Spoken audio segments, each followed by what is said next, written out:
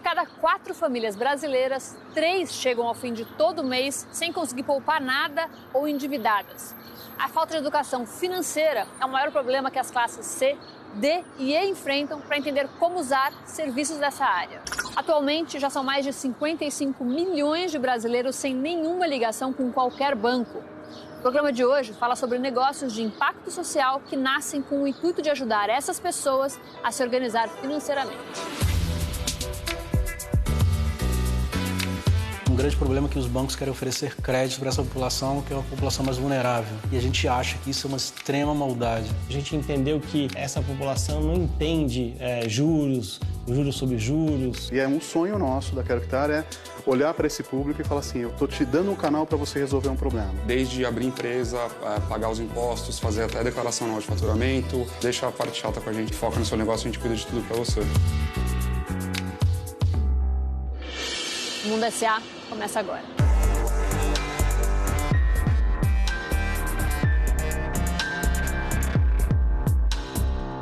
Um dos principais motivos dessa distância enorme entre a população de baixa renda e os bancos é a dificuldade do sistema financeiro de entender as questões e se comunicar com essas pessoas. As chamadas fintechs de impacto social são empresas de tecnologia que se propõem a mudar esse cenário. Quando a gente pensa em classes CDE, são 120 milhões de pessoas com menos de R$3 mil por mês para uma família de 4 pessoas. Os principais desafios dessas famílias são elas não são muito compreendidas pelos grandes bancos. Ou elas não têm conta, ou elas têm uma conta que elas sacam tudo e usam só o dinheiro. Ela não tem, muitas vezes, um imóvel, não tem uma renda fixa, uma carteira CLT. Muitas vezes, esses brasileiros tinham que buscar créditos muito caros, ou com agiotas, ou com financeiras, ou mesmo fazer empréstimos informais na família. Pagavam muito caro por esse crédito ou não tinham acesso a ele.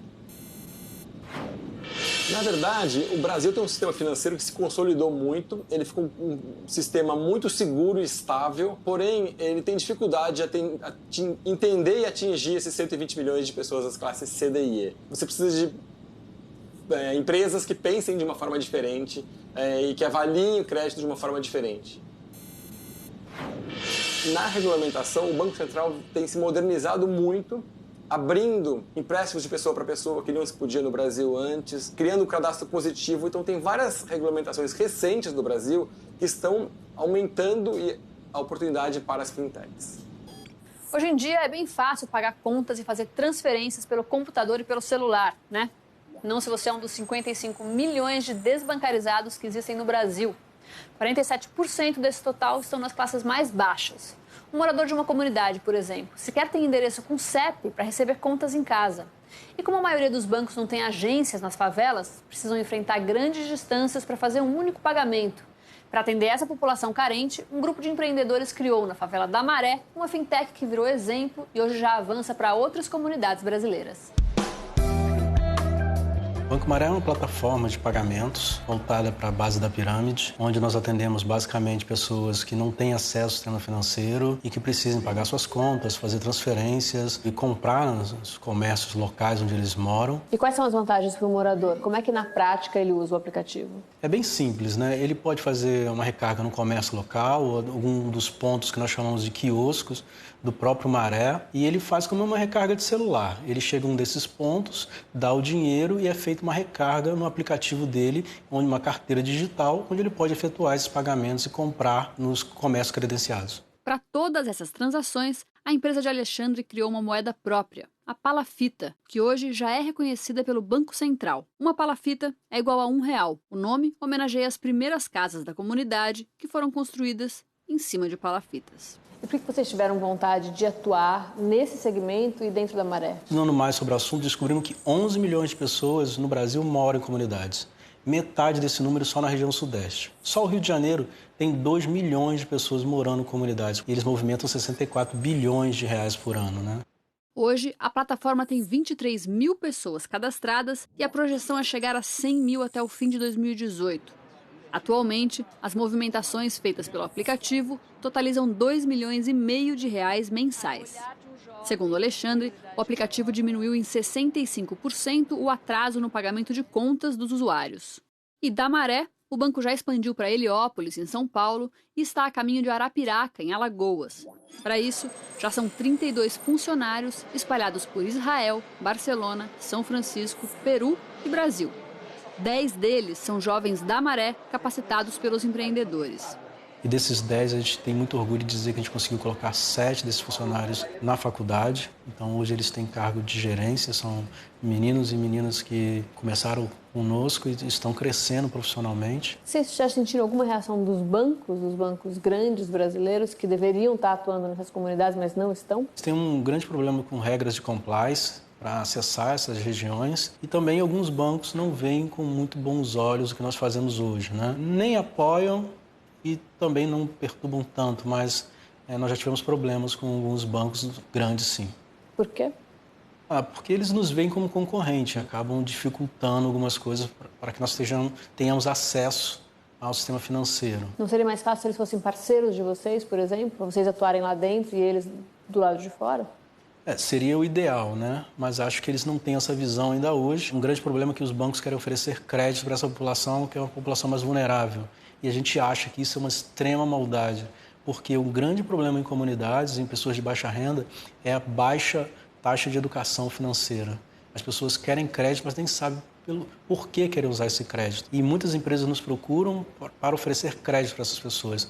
Mas nós entendemos que o mais importante hoje no Maré é trabalharmos com a educação financeira para que depois sim você possa oferecer crédito mais assertivo. O faturamento da empresa vem de taxas cobradas pelo pagamento de boletos e transações com maquininhas de cartão, que costumam ser até 5% menores do que as utilizadas pelos grandes bancos. Além disso, cobram R$10 pelo cartão pré-pago, mas esse valor é devolvido ao usuário na forma de bônus para contas de celular. As fintechs estão aí para inovar e criar soluções que sejam mais práticas e que tragam o maior benefício para esse usuário que estava já sem esperança, né? Eu digo sempre que empreender é tentar resolver os problemas que a sociedade e as pessoas já desistiram de tentar resolver. A Maré era um desses casos, onde as pessoas já tinham desistido da Maré de resolver os problemas financeiros ali. Então nós criamos soluções mais inteligentes do que os bancos no momento. A startup que a gente vai conhecer agora se especializou na concessão de microcrédito para pagamentos de contas, recargas de celular e gastos com transportes. O limite máximo do crédito é de R$500. O João Mostacata foi conhecer essa empresa aqui em São Paulo.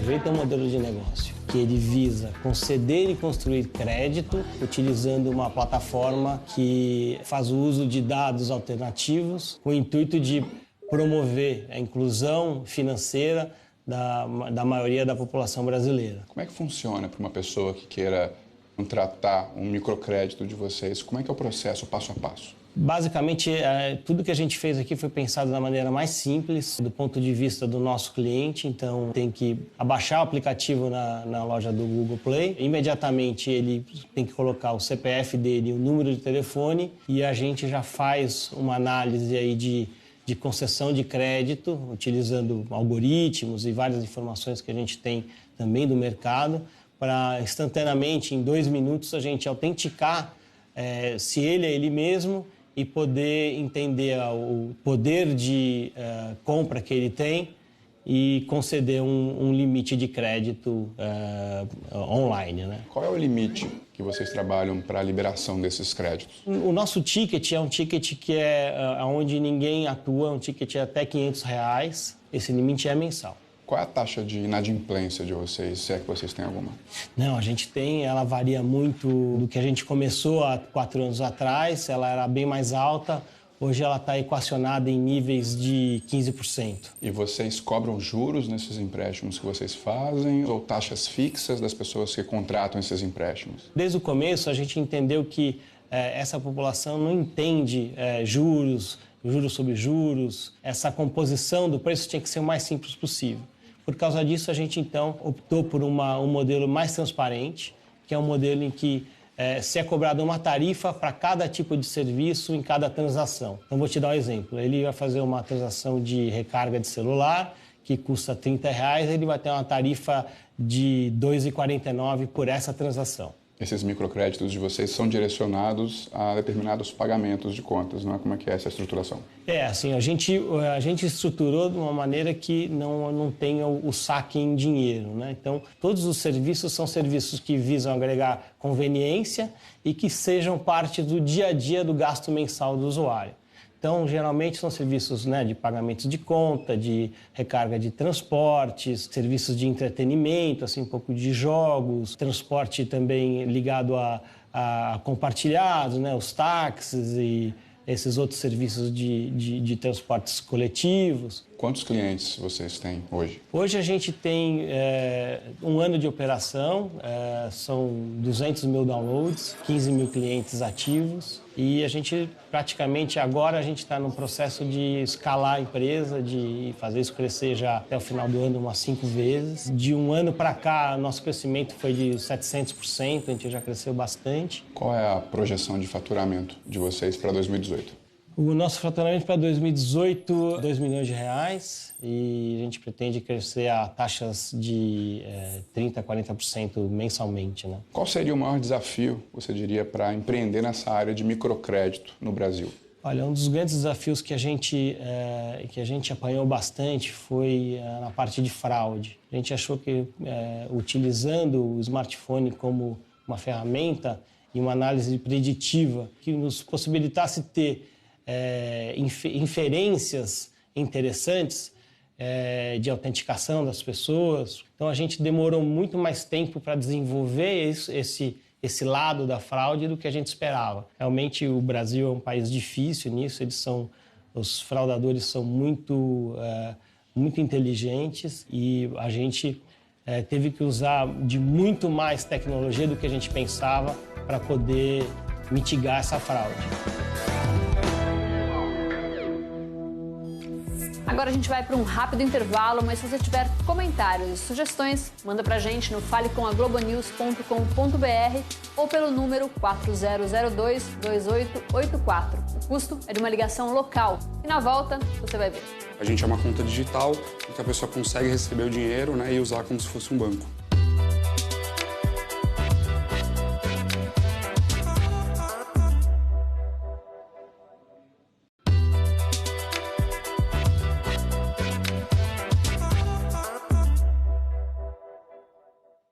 O Mundo SA de hoje está conhecendo startups que nasceram com o propósito de ajudar os brasileiros a se organizar financeiramente.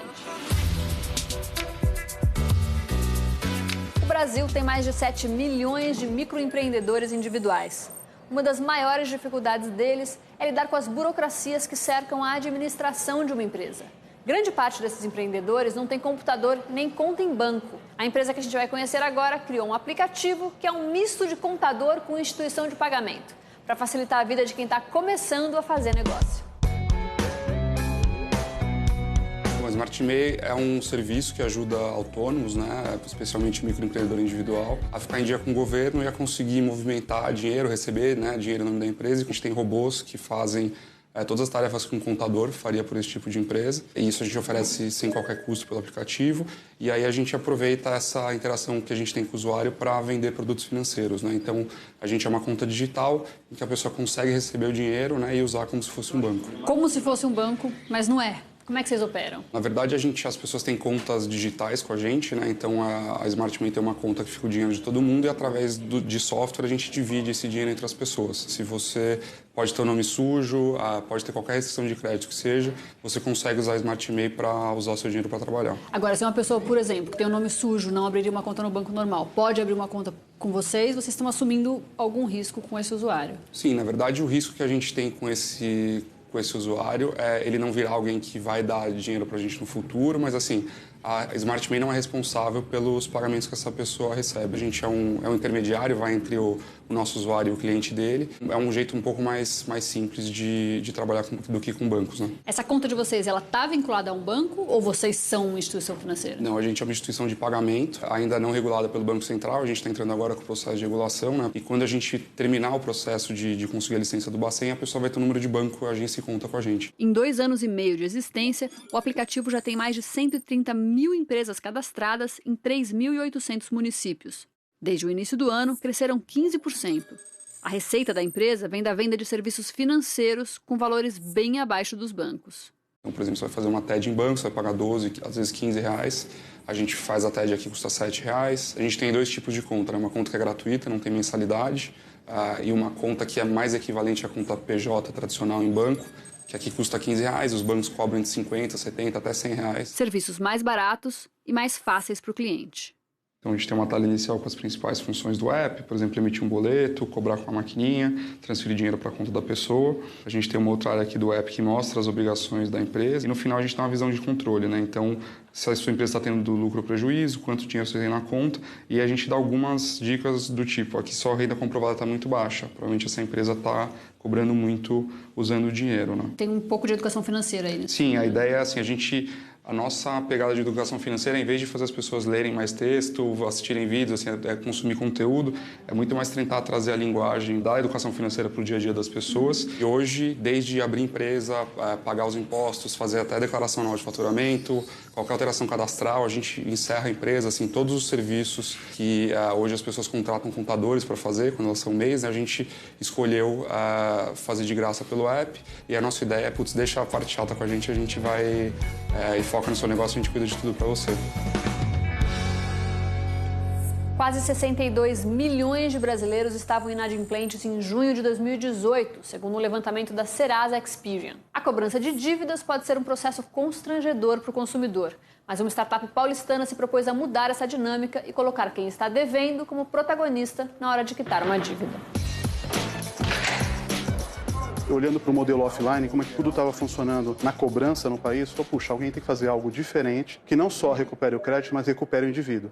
A proposta de valor do Quero Quitar não é só recuperar o crédito, né? É recuperar essa pessoa devedora hoje, status de devedor, para um status de consumidor, mas de um modo mais sustentável, onde ele não volte mais ao problema. 53% das pessoas que fecham acordo no ano, infelizmente, voltam ao problema dentro do mesmo ano. E para mudar, a Quero Quitar decidiu inverter a ordem. Em vez da empresa procurar o consumidor para cobrar uma dívida, é ele quem entra em contato propondo um acordo. Essa negociação acontece num campo neutro, o site da Quero Quitar. Na prática, a empresa credora ela realmente é o nosso cliente. A gente olha para a empresa credora como cliente que vai assinar um contrato conosco, que vai trazer as carteiras de crédito para popular de dívida à plataforma. E na outra ponta, a gente tem o público-alvo, que é o consumidor, né, que a gente vai atrair para a plataforma, que vai negociar essa dívida. Que é quem está devendo. Quem está devendo é o devedor. E que ele não vai ter custo nenhum para usar a plataforma. Então, é gratuito o canal para ele. Vai negociar, vai fechar esse acordo, vai parcelar esse acordo.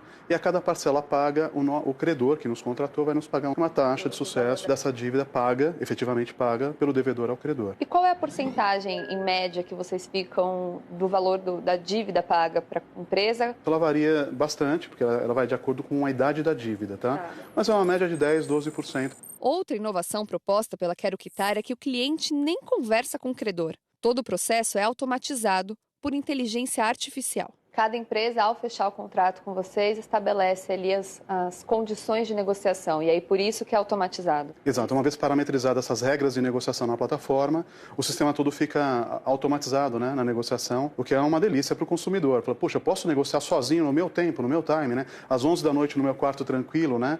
Depois do acordo e do pagamento da primeira parcela da dívida, a empresa credora tem 5 dias úteis para limpar o nome do consumidor. E qual é o perfil do público de vocês? O perfil da base hoje de devedores que a gente tem na Quero Quitar é muito variado, né? Você tem desde baixa renda, média e alta renda, com os mais variados tipos de dívida que você pode imaginar dentro da plataforma já sendo negociado constantemente. Mais de 15 empresas já estão no site da Quero Quitar. Entre elas estão grandes bancos, empresas de telecomunicação e construtoras. E se eu estou ali procurando uma dívida e eu não encontro? Vocês fazem essa ponte também? Se a dívida não estiver conosco, o usuário vai ser destinado a um canal onde ele pode cadastrar uma proposta avulsa, dizendo para quem deve, quanto deve e como ele gostaria de pagar. Isso vai para um banco de dados que a gente vai organizando e abordando o credor. A startup foi fundada em 2014 com um investimento inicial de R$1 milhão.